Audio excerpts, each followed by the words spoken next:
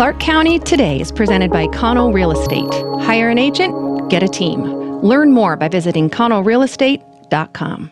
Hey everyone, Chris Brown here with your ClarkCountyToday.com video update for Monday, October 26th. Well, the death toll connected to COVID-19 grew by 3 over the weekend, along with 157 newly diagnosed cases for an average of 52 per day between Friday and Sunday. The latest victims included a man in his 70s with no underlying health conditions and 2 women in their 80s, one with and one without underlying health conditions.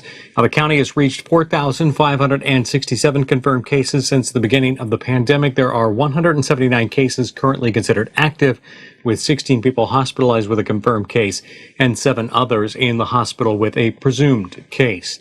Now, while COVID-19 case growth remains high, the superintendents of all 9 Clark County public school districts have agreed collectively to move ahead with plans to allow groups of up to 10 kindergarten students to attend in-person classes over the coming weeks.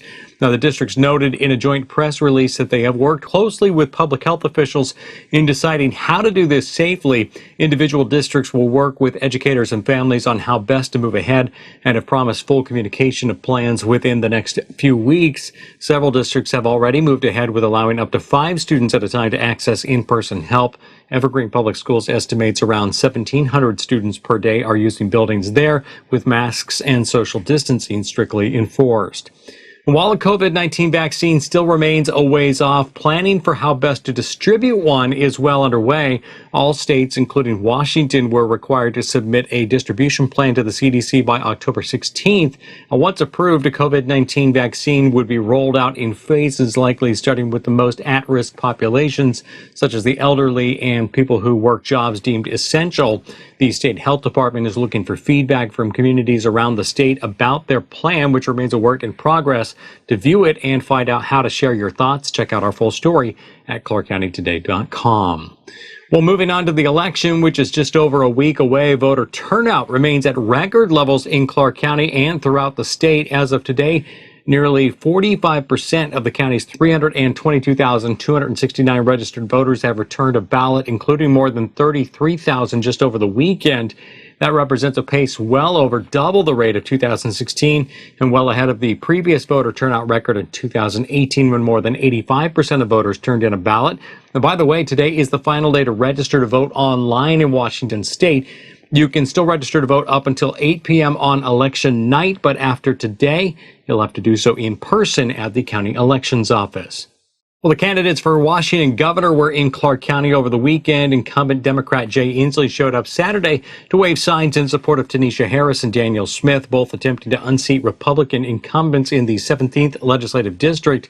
Inslee joined about 50 people at the sign-waving event near 4th Plain and 162nd Avenue in East Vancouver. And then later on Saturday, Inslee's Republican challenger Lauren Culp appeared at a rally at the Camas Meadows Golf Club, where several hundred people braved the cold to show their support. That event was not without some controversy. Organizers tell Clark County Today that the county threatened to pull the golf club's liquor license for allegedly violating the state's COVID-19 health requirements. As a result, a planned beer garden for the event was canceled. Well, when we first told you the story of a local football official working high school football games in Idaho, he said he had to deal with things he had never had to worry about in Vancouver, such as elk droppings on the field. Well, that was just the beginning of the strangeness, as we find out in this update from Paul Valencia. Hello, everyone. Here's a fun update from a story we brought you last month. Todd Bingham, an official with the Evergreen Football Officials Association, he missed Friday Night Lights so much, he went to Idaho to officiate football games. Well, look where he is now. He officiated a game Friday, 6 to 8 inches of snow. He called it a memory of a lifetime. This never would have happened in Vancouver. That much snow here, the games would have been canceled, school would have been called off, all that stuff. But in Idaho, they play through. Todd said he never got cold. Just like an athlete, once you get warmed up, you're just in a game zone. But it was interesting to mark the ball in the snow. 6 to 8 inches of snow, you didn't know what yard line you were on. But he had a blast. In Idaho, they aren't afraid to play football in a pandemic, and they aren't afraid of a little snow. And a Vancouver referee got the game of his lifetime. All right, thanks so much for that, Paul. Hey, finally this evening, our tour of local fall attractions continues with a visit by Clark County Today videographer Mike Schultz to the Washougal Pumpkin Harvest Festival. Jacob Granneman has the story. The Washougal Pumpkin Harvest Festival has long been a staple of fall in the city. This year, due to the pandemic, the festival hit the road, parade style. Washougal Mayor Molly Costin, along with her Public Works Department, the Camas Washougal Fire Department, the Washougal Police, and others helped to join in and create the awesome event for children throughout the city. Which one do you want? You want this one right here? That's a nice one. Okay.